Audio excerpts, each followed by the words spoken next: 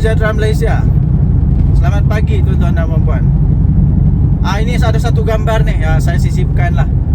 Saya sisipkan gambar ini, anda lihat. Saya tidak tahu gambar ini kena edit kah. Gambar ini gambar tahun zaman Firaun kah? Entah zaman bila lagi. Zaman dulu lagi mungkin. Masih zaman Flintstone mungkin. Yang ditunjuk semula kah? Atau ini gambar tiada kena mengena dengan politik? Mungkin hanya gambar makan malam kah, tiba-tiba diedit jadi begitu. Tapi ada kawan lah suruh saya komen sikit, ulas sikit tentang gambar ini. Apa pendapat saya tentang gambar ini? Setujukah tidak? Dan apa di hati saya tentang gambar ini? Pertama sekali, itulah saya kata tadi, saya tidak pasti gambar ini gambar apa, tentang apa, diedit ke tidak. Tapi saya anggap saja gambar ini gambar yang genuine. Katakanlah pas mau bergabung dengan JRS, saya tidak setuju. Kenapa saya tidak setuju? Banyak alasannya. Kenapa? Saya pikir PAS tidak akan membawa sebarang infak, sebarang signifikan, sebarang kekuatan tambahan kepada JRS. Tidak akan membawa sebarang impak atau kekuatan kepada JRS.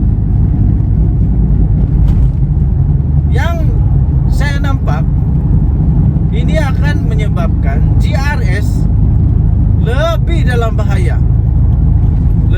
bahaya. Ingat, di Sabah sentimen politik dia tidak sama dengan sentimen politik di Semenanjung. Tidak sama. Di Sabah, sentimen politik di Sabah lebih bebas. Pikirannya lebih bebas. Lebih bebas maksudnya, kita ini di Sabah, kita tidak politik berdasarkan kaum lagi, tidak. Berdasarkan agama, tidak. Politik di Sabah berdasarkan kepada lebih terbuka sekarang ini, lebih terbuka. Jadi tuan-tuan dan puan, saya pikir kalaulah PAS bergabung dengan JRS, bukan akan menguatkan JRS, malah kemungkinan besar akan melemahkan JRS.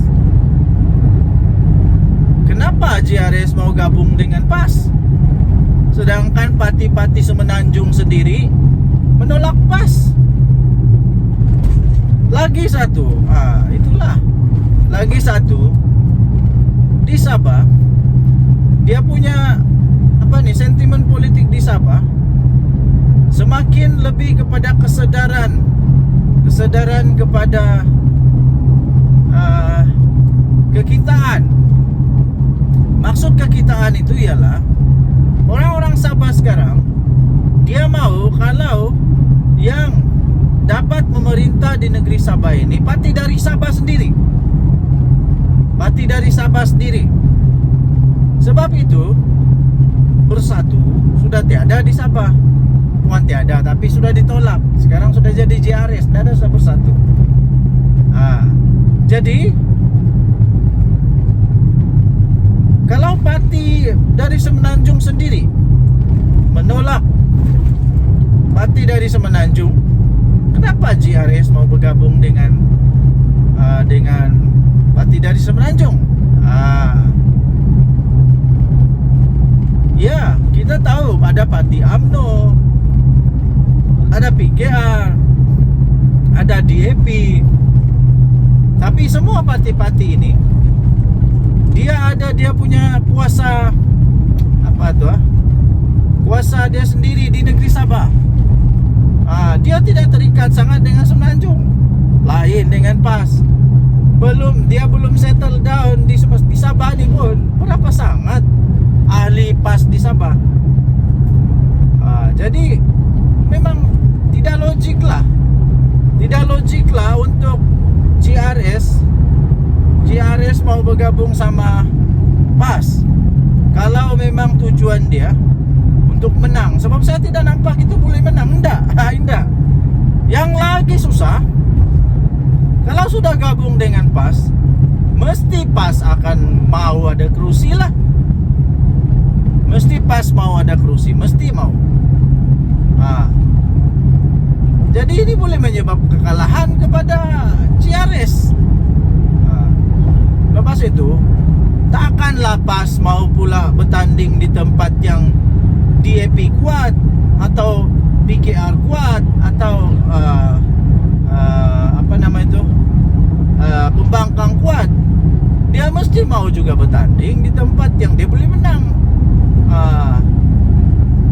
Masalah dia selalunya di tempat yang GRS kuat ini, sentimen dia selalunya lah, sentimen dia ialah sentimen yang memang dah suka PAS. Dah suka PAS, jadi boleh kalah nih. Jadi itulah pendapat saya. Saya pikir janganlah, tak payahlah bergabung. Tak payah bergabung. Lepas tu kawan tanya, kalau PAS sama GRS bergabung, kau mau tolong dorang kempen kah? Indah, aku tak mau tolong dorang kempen.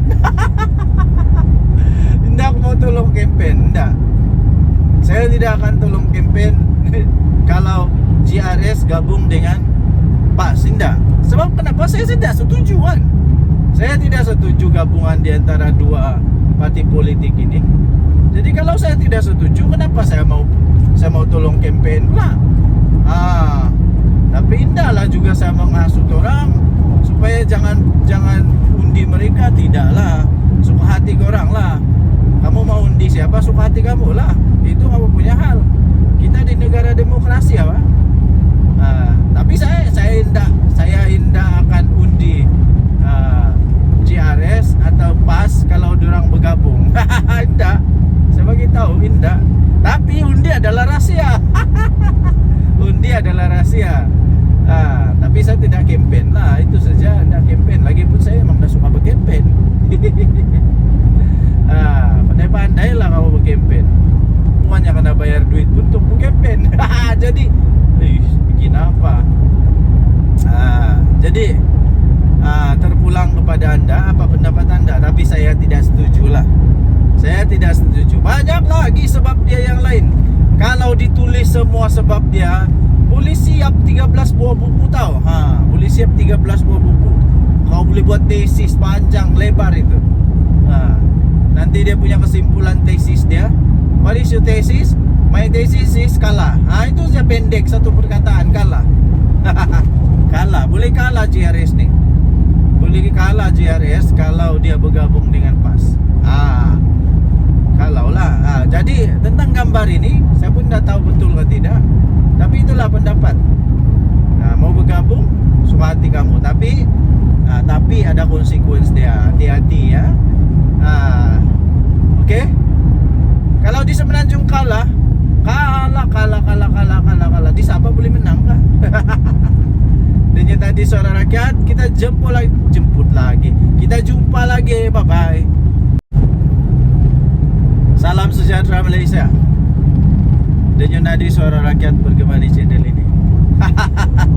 Kita gelak dulu. Kita gelak dulu.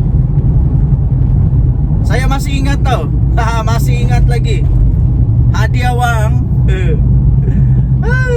Hadiah wang. Lucu juga orang tua ni. Agaknya waktu dia bercakap dulu, dia memang agak sedikit sudah lali. Orang Sabah bilang lali. Lali ni maksudnya nyanyuk.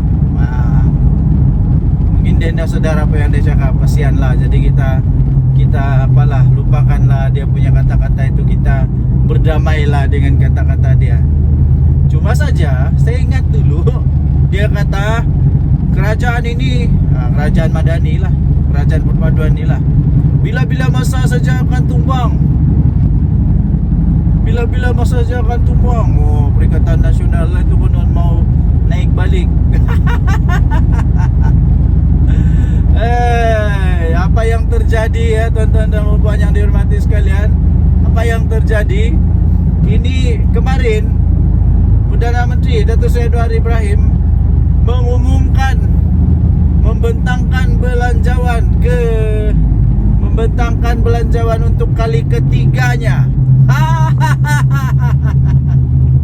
Sudah 3 kali ini Tok Adi.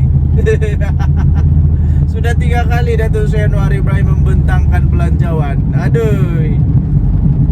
Tapi belum lah. Sampai sekarang belum tumbang-tumbang pun. Yang tumbang bersatu, yang tumbang pas. Yang tumbang bersatu, yang tumbang pas. Aduh. Satu-satu tempat pas boleh tumbang. Di pilihan raya Kecil. Bersatu pun tak pernah menang lagi. Belum pernah menang. Satu-satu tumbang nih. Satu tumbang.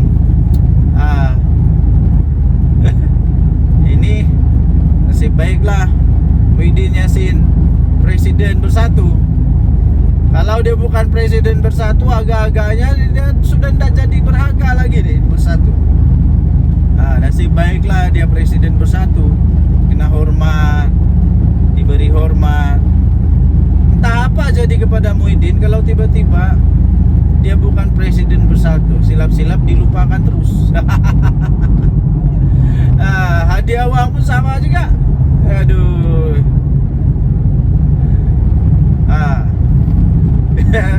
Di mana sudah yang mau kasih tumbang tuh. Beginilah saya bagi kesimpulan, Perikatan Nasional tidak akan mampu untuk membentuk semula kerajaan. Nah. Setakat ini enggak ya. Kenapa? Banyak sangat sebab dia. Banyak sangat sebab.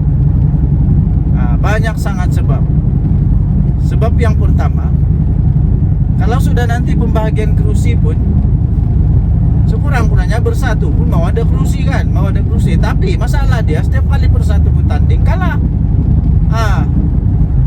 Jadi kecuali kalau semua pas mau tanding, ada harapan dia menang lah. Tapi untuk membentuk kerajaan perlu 112. Masalahnya pas tidak cukup 112. Macam mana pun pas tidak akan dapat 112. Tidak akan. Kecuali dia bergabung dengan mana-mana parti politik. Masalah dia mana? Siapa lagi yang mau bergabung sama PAS? Siapa lagi? Kecuali Bersatu. Bersatu ini saja yang terdesak. Jadi dengan siapa-siapa pun dia mau bergabung. Tapi parti lain yang masih bijak, yang masih kuat, yang masih punya rasional, yang masih punya keyakinan untuk menang, yang tiada masalah, parti yang tidak payah kasih selamat dia punya presiden, tidak payah kasih selamat dia punya setiausaha kah, menantu kah. Tidak akan mau bergabung sama PAS. Jadi Bersatu saja yang mau gabung sama PAS ini. Gerakan mau gabung sama PAS. Yang lain-lain siapa mau gabung sama PAS? Siapa? Gerakan tak payah cakap lah, bukan kuat pada pun. Mau dapat 2 kursi pun susah. Jadi itu hanya tolong-tolong je lah, tolong-tolong. Jadi tak akanlah PKR mau gabung sama PAS. Takkan di happy lagi. Sudah pernah gabung dulu, tidak berjaya. Jadi sudah jerak. Tidak lagi mau bergabung sama PAS. Dan saya pun tidak setuju kalau ada parti politik yang tidak sehaluan dengan PAS cuba-cuba untuk mau bergabung sama PAS hanya dengan tujuan kepentingan pribadi dan kepentingan politik saja, bukan untuk kepentingan negara Malaysia, tapi menyusahkan, merosakkan saja. api gak pas lah. Kalau pas betul-betul kuat, pergilah bertanding sendiri. Tapi tidak akan lah. Jadi karena itu memang kemungkinan untuk Perikatan Nasional, kemungkinan untuk Perikatan Nasional dapat memerintah sekali lagi itu betul-betul hampir kosong peluang dia. Peratusan dia memang hampir kosong. Tidak mustahil, tapi hampir mustahil. Menghampiri mustahil lah. Mungkin lebih mudah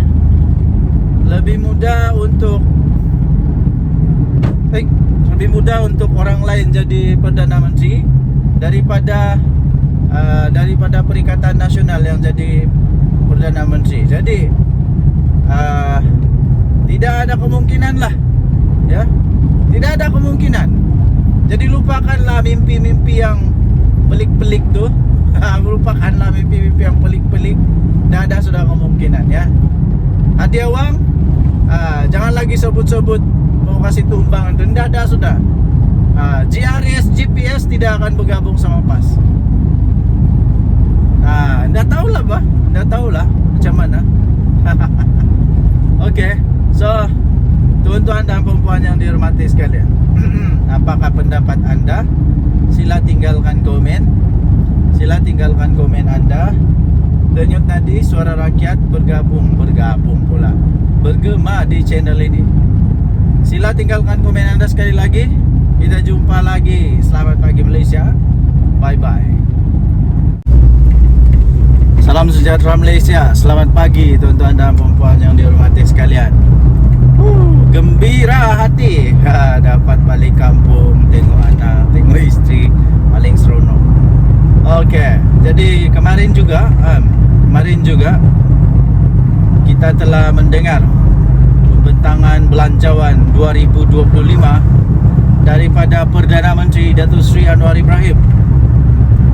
Ramai yang tidak menjangka bahawa belanjawan kali ini adalah antara belanjawan terbaik dalam sejarah negara Malaysia.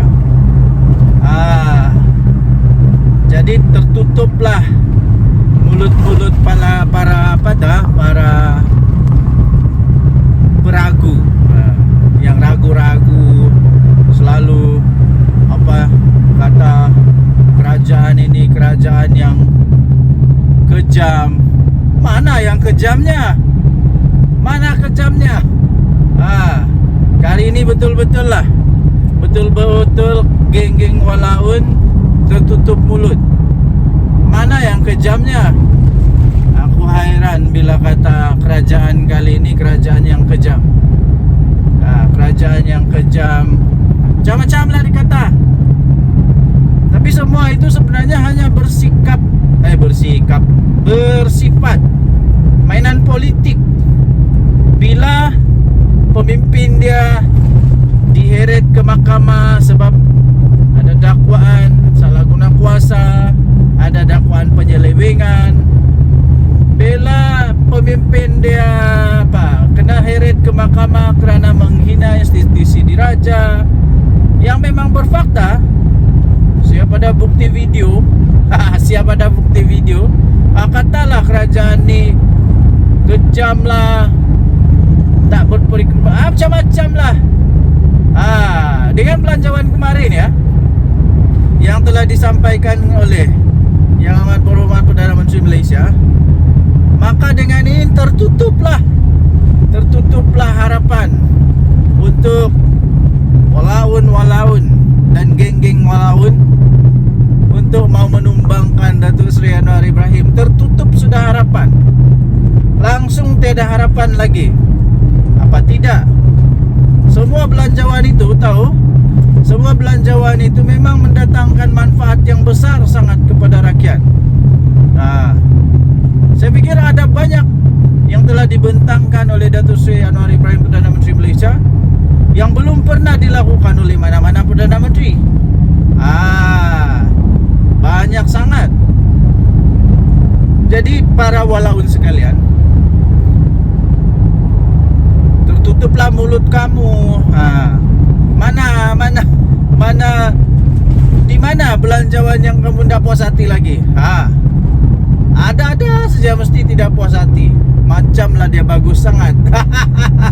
Macam lah dia bagus sangat. Waktu jadi Perdana Menteri dulu, Muhyiddin Yassin buat apa? Muhyiddin Yassin buat apa? Waktu jadi kerajaan dulu, Perikatan Nasional buat apa? Apa sumbangannya kepada negara? Waktu dulu Perikatan Nasional memerintah, hutang negara makin bertambah kah atau makin berkurang? Bila Datuk Seri Anwar Ibrahim ambil alih jadi Perdana Menteri, terkejut juga Den. Terkejut juga Den. Wah, begini banyak hutang negara. Begini banyak hutang negara. Siapa Perdana Menteri waktu tu? Terkejut juga Den. Begini masalah negara, banyak yang penyelewengan. Sampai ada menantu melarikan diri keluar negara pula tu. Mana yang bagus sangat tu? Ini belum lagi. Kejap lagi kita akan bongkar satu rahsia lagi. Satu rahsia lagi yang betul-betul luar biasa ya. So, keep in touch. Keep in touch. Orang kata keep in touch. Jangan kemana-mana. Okey, baik. Kerana itu ya, tuan-tuan dan puan, anda boleh tinggalkan komen anda. Apa yang anda paling suka? Apa yang anda paling suka dengan belanjawan 2025? Apa yang anda paling suka dengan belanjawan 2025? Bagi saya secara pribadi, semua belanjawan itu saya suka. Ditambah lagi apabila Datuk Seri Anwar Ibrahim punya ucapan itu, dia sebut lagi nama-nama rakyat Malaysia yang maharin, yang biasa-biasa, pelajar biasa, yang dia sebut, yang telah mengharumkan nama negara. Itu menunjukkan rasa apa? Rasa menghargai dia kepada rakyat maharin. Inilah dia. Okey, so apa belanjawan yang anda suka? Apa isi belanjawan yang anda suka ya? Sila tinggalkan komen anda. Denyut Nadi Suara Rakyat bergema di channel ini. Jangan lupa untuk tinggalkan komen anda. Kita jumpa lagi. Bye-bye. Okey, salam sejahtera Malaysia. Denyut Nadi Suara Rakyat bergema di channel ini. Okey, pagi ini saya jalan di hutan. Kamu boleh dengar bunyi cengkerik yang bising tu. Memang tempatnya hutan. So saya sengaja pagi ini mengambil ketenangan sedikit, sambil kita buat satu ulasan tentang apa yang dikatakan oleh seorang ni lah. Dia kata pada zaman PM Anwar ni, dosa kalau jadi kaya.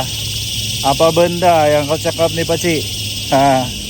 Pertama sekali saya mau tanya, kau tu maha kaya kah? Yang menjadi keheranan saya sekarang, sebelum saya ulas, yang menjadi keheranan saya sekarang ni ya, tuan-tuan dan puan yang dihormati sekalian, adalah orang-orang yang maha kaya tak bising pun. Orang-orang yang maha kaya, orang-orang yang betul-betul kaya ni tak pun bising. Diorang tidak pun rasa terganggu kah, terkacau kah, tidak pun rasa terancam kah. Diorang okey saja dengan apa yang telah dirancang oleh polisi kerajaan.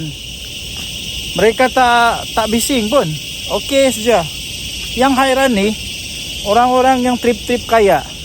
Orang-orang yang trip-trip kaya, yang dah kaya mana pun, yang hanya pandai main politik, dia pusing putar-putar sana putar sini. Aku rasa orang kaya yang betul kan, dia hanya ketawa-ketawa saja. Sebab kenapa? Dia ketawa sebab dia kata, kami yang kaya ini diam-diam saja, tidak pun rasa terancam. Kami yang maha kaya ni, yang jutawan, bilion ini, kami diam-diam saja pun. Kami diam-diam saja dan kami terima. Kami tak ada masalah.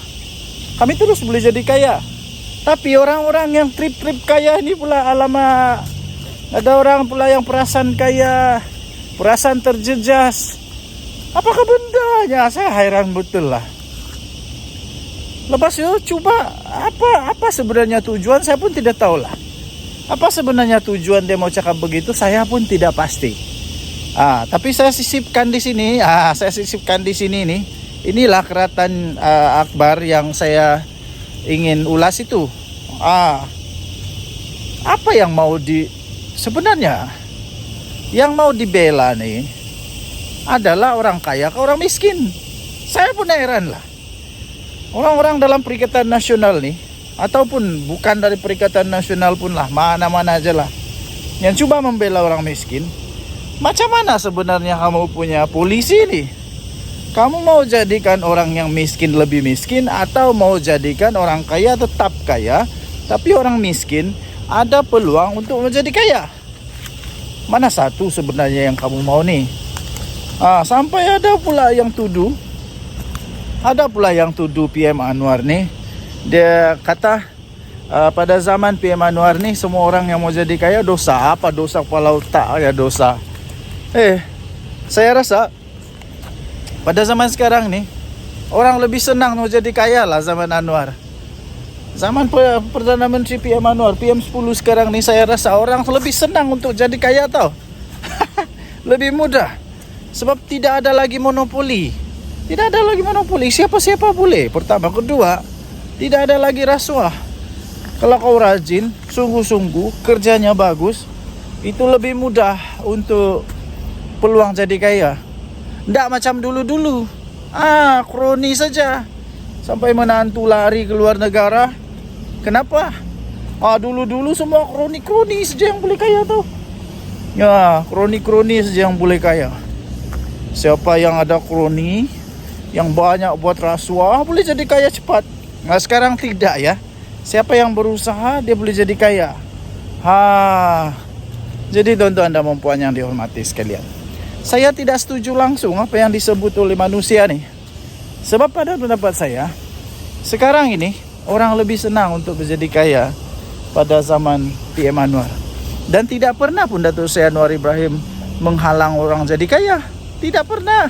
Cuma saja PM Anwar mau ada keadilan sosial, mau ada betul-betul yang nama dia adil, yang betul-betul sumber itu digunakan sebaik mungkin. Itu dia. Bukannya diberikan kepada orang yang tidak patut. Apakah bendanya orang maha kaya nih tiba-tiba mampu juga, dia pun sama dapat seperti orang miskin? Begitulah. Apapun, pikirlah pakai otak, janganlah pikir pakai lutut pula. Apa pendapat anda? Tinggalkan komen. Bye.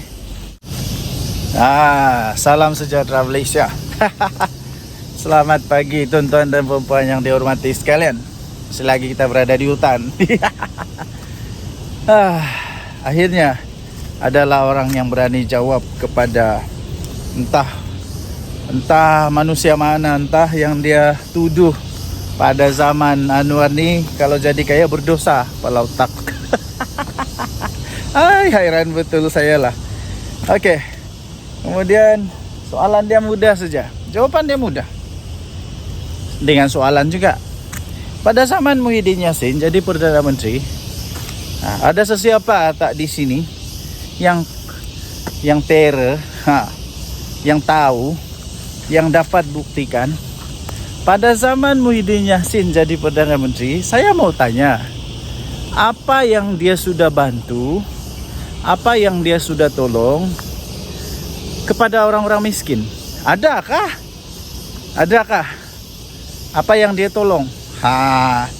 Apa yang dia tolong kepada orang miskin ketika dia jadi Perdana Menteri? Sila senaraikan. Yang dia tolong tahu? Yang dia tolong, yang bukan duit rakyat tahu. Janganlah cakap dia bagi apa nih KWSP lah, itu duit aku lah, bukan duit kamu. Itu duit kita lah, bukan duit orang. Itu duit rakyat, bukan duit kerajaan pun. Jadi apa yang Muhyiddin ada tolong orang miskin pada waktu dia jadi Perdana Menteri? Sila senaraikan.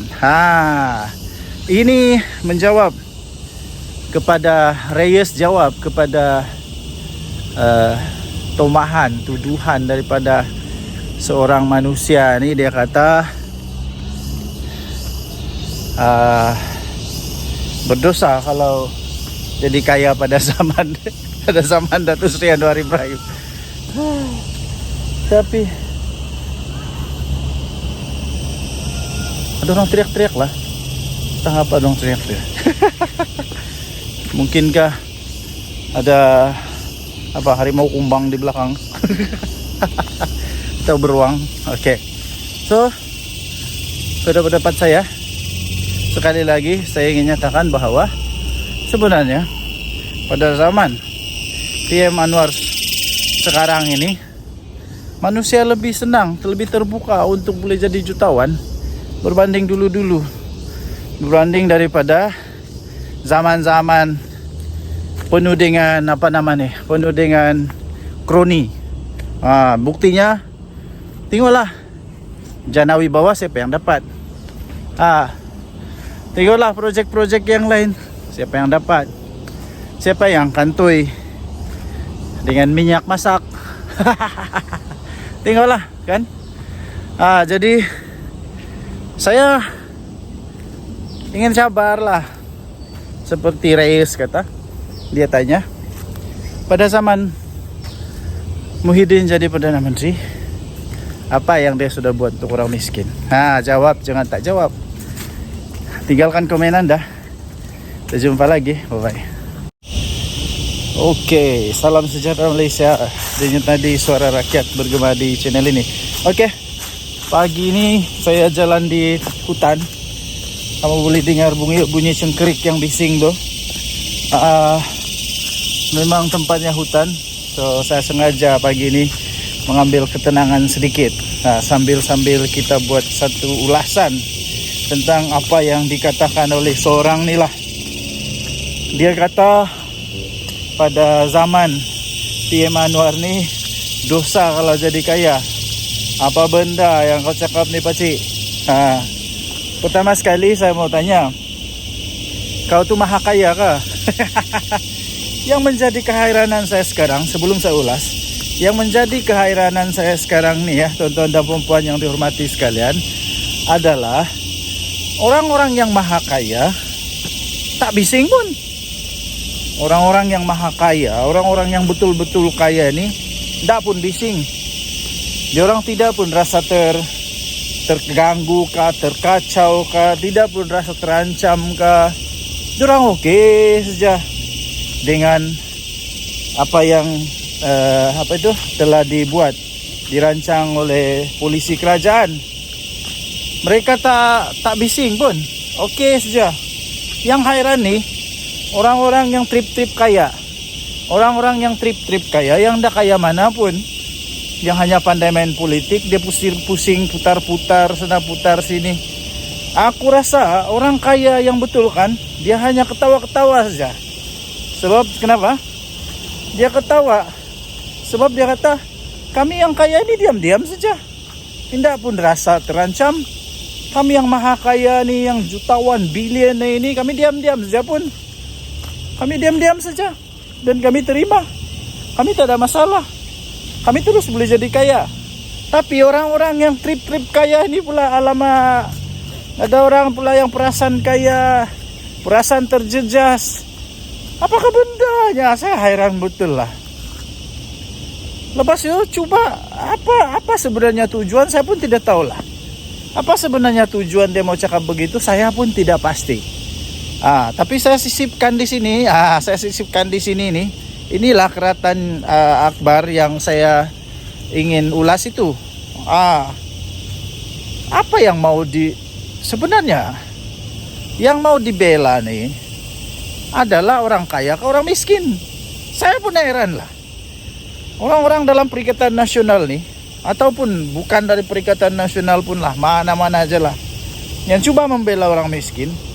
Macam mana sebenarnya kamu punya polisi nih?